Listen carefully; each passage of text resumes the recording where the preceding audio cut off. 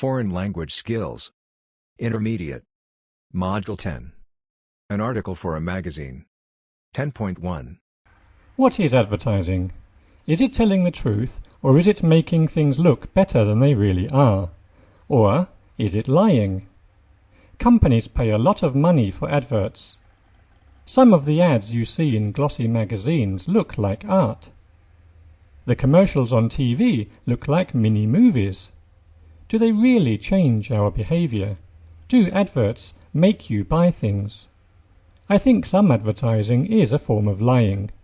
Is BMW really the ultimate driving machine, like they say in their ads?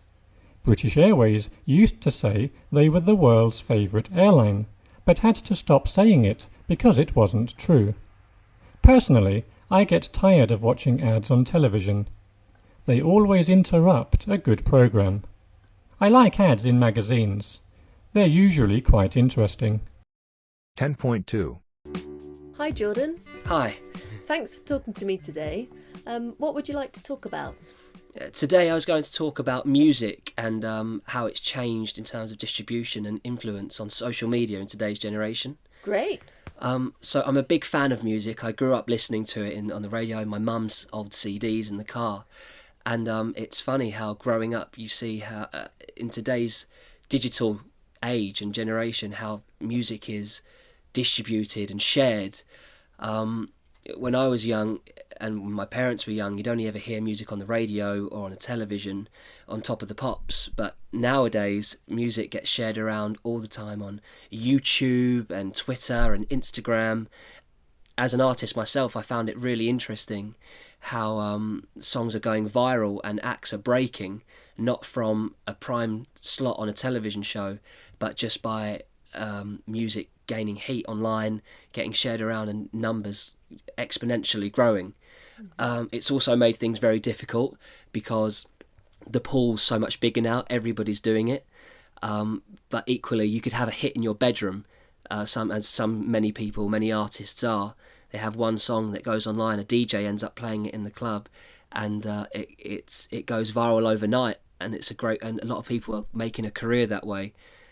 Which I just find really interesting. As a musician myself, I'm making a lot more of my music from a home studio because it's more accessible for a lot more people now. Do you think the changes are for the better or for the worse? I'm interested to see how it goes. I think in many ways it's a good thing because it opens lots of doors to many people that otherwise wouldn't be able to afford studio time and being able to get their creativity in the best possible format it can be. But equally, I think there are negatives to it because the opportunities are getting less and less, and people's interests and hopes for instant gratification are having a detrimental effect on the ability of making new music. There's not much time given to be able to really make your craft and sonically engage in an audience because you don't have their attention long enough for them to really listen and invest in your development. Right. And which is your favourite platform for putting your music out? My favourite platform is YouTube because that's where the most of my subscribers are.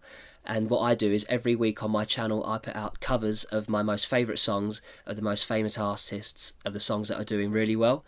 So that's how I'm able to garner more fans and subscribers over to my channel so they can hear more of my music, and through that they're able to hear my original music as well. Uh-huh. Do you want to mention the name of your channels in case our listeners want to subscribe? Sure. My channel's called Jordan Clark 500. It's Clark with an E? Yes, it's right. Jordan Clark with an E 500. You'll find covers and some original material on there, and you can find out more about me. So yeah, please check it out. Great. Thanks so much, Jordan. Thank you.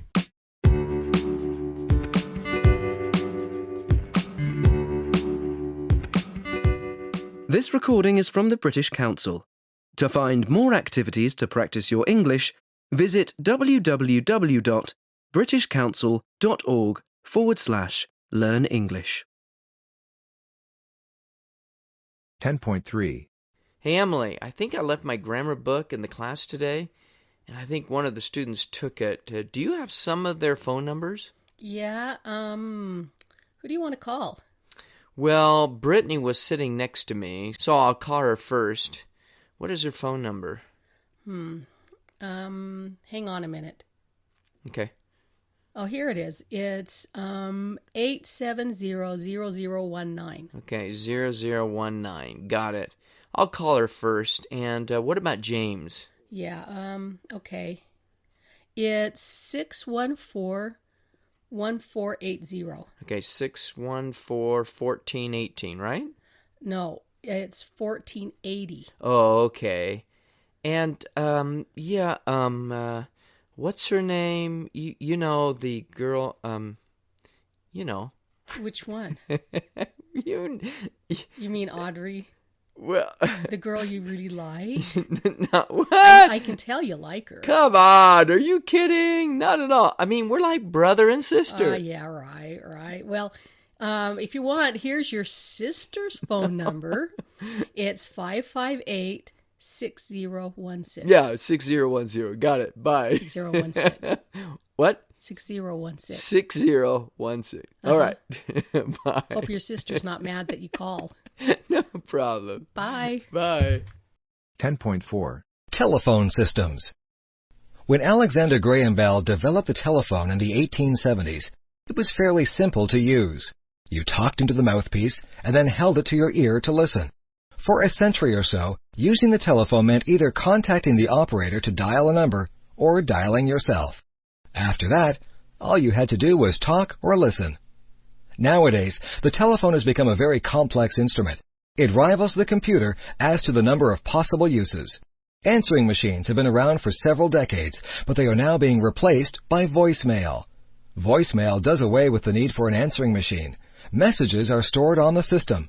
That means it's possible to forward the message to someone else's phone or transfer the call to a more convenient phone of your own. You can also use call pickup so that anyone on your group can answer another's phone. Conference calls have become very common. This is when one person phones first one person, then another, and keeps adding people to the telephone conversation. This can regularly be done with up to 6 people. It is very useful for business discussions where different people need to talk about the same thing. It also speeds up the process of consensus and allows everybody to be in on the decision or discussion. The modern phone has many more features. If you don't want the caller to know what is being said in your office, you can push the mute button. If you want to hang up without putting the receiver down, press goodbye. If you don't want to receive calls, just forward them all into your voicemail. Newer phones will indicate when you have voicemail messages. If you have trouble with these features, an automatic voice will tell you your options. This help system is built into the telephone. For example, the help voice will tell you how to set up a distribution list so that you can send the same voice message to a number of people. It will also tell you how to send a message directly into someone's voicemail. You can designate your message to go to the top of the recipient's voicemail list. You can also program it so that the recipient cannot forward it. Some systems have limits on how much space can be used for individual voicemail. There are a number of courtesies that voicemail users should follow. Your greeting on your voicemail should be simple. If you are unable to take calls for any reason, you might want to explain that in your recorded greeting. If you are on vacation, you might want to include that information in your greeting. Don't use voicemail as a way to avoid answering the telephone. Some people use voicemail to screen calls. This can be annoying to someone who can never contact you directly. Check your messages regularly and reply to them promptly. Enjoy the telecommunications revolution. 10.5. Reporters are saying the Duke and Duchess of Sussex have abandoned social media. The Duke, formerly Prince Harry, and his wife Meghan have reportedly said goodbye to their social media accounts. They want to focus on their new life together in the USA. The Sunday Times newspaper in the UK wrote that the couple have no plans to use social media for their non-profit organisation or for their personal lives. The newspaper said the couple have become sad and tired of all the hate they see online. They both decided to step down as active members of the British royal family last year. Since then, many people have attacked and criticised them on their Instagram account. Harry and Meghan's main social media account was @SussexRoyal on Instagram. They have 10.4 million followers on this account, but have not posted any new content since March 2020.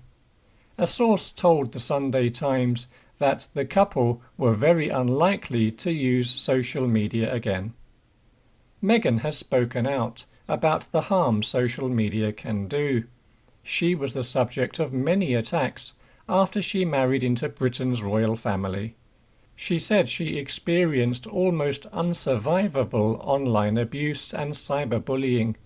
She added that she was the most trolled person in the world in 2019. This news comes as social media companies are in the spotlight for suspending the accounts of US President Donald Trump. 10.6. People are shocked that I don't have a cell phone. And there's usually two reactions. And it's either, oh wow, you're so lucky. And the other one is, I can't believe you don't have a cell phone. How do you function without a cell phone? My name is Matthew, and I live in San Francisco. I'm a fine artist, as well as doing UX design. Might I be the only tech person in San Francisco without a phone? It's possible, but people continue to hire me because I provide some kind of facility. I don't think you have to own every car in the world to be able to make a better engine. You may not even need a car. So I wake up, I go and check my Snapchat and my Instagram. I'm in bed for like half an hour, and then I kind of start my day. I'm Tess. I'm 15. I'm a student, and I live in San Francisco. I think I first got a phone, Christmas of 6th grade. All of a sudden, it's like a lot of pressure around such a small thing. You have to be really careful about like what you say, and what you do, and who you text, and who you invite, and what you post, and what you like, and what you comment. I think technology is definitely addictive. When I first got a phone, I knew what I was doing all the time. I always had an intention. But all the time now, I find myself eating breakfast, and I unlock my phone, and I scroll through things, and I'm like, I'm not even interested in what's going on here right now. I was on here 2 minutes ago.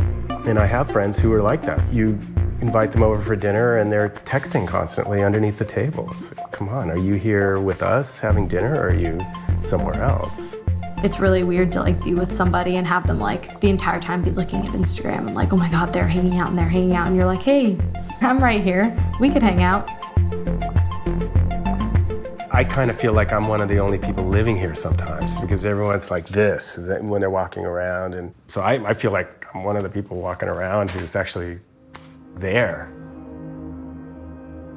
By having a phone, I think I'm missing out on just being present. I was actually thinking about it this morning about what would happen if I just deleted these things, and I was thinking about it and I was like, nothing would really happen. It's kind of like a fear of missing out. I don't feel like I'm missing out on anything by not having a phone. If people want to get a hold of me, they know how. I've never really wanted to always be in contact with everyone constantly. I like being alone. Most people today, they're so surrounded by either walls or some form of noise, whether it's a television or a computer or a phone. I would recommend that everyone, regardless of their age, goes out in nature for extended periods, not connected to anything. To me, that's a huge shift for people. If you have good food and a roof over your head and someone who loves you, what the hell? Come on. Some object I buy isn't gonna give me happiness. I don't make love to a cell phone. I hear stories from my parents about, when I was a kid, I did this, and we used to go outside and we would play pranks. And I'm like, wow, that was me for the first 10 years of my life. Why couldn't it have lasted so much longer?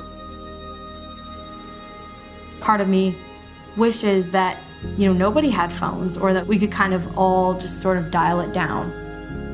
I'll probably end up having to get a cell phone at some point because of the sheer utility of the object. But up until now, I've been managing to live my life without it. I guess I have discipline around my phone because This sounds super like cheesy, but life just moves too fast to like not, just like look around for a minute and be like, wow, like do I really want to be on my phone? This old guitar, she holds my song. I can pluck it out if you'll sing along. Yeah, sing along.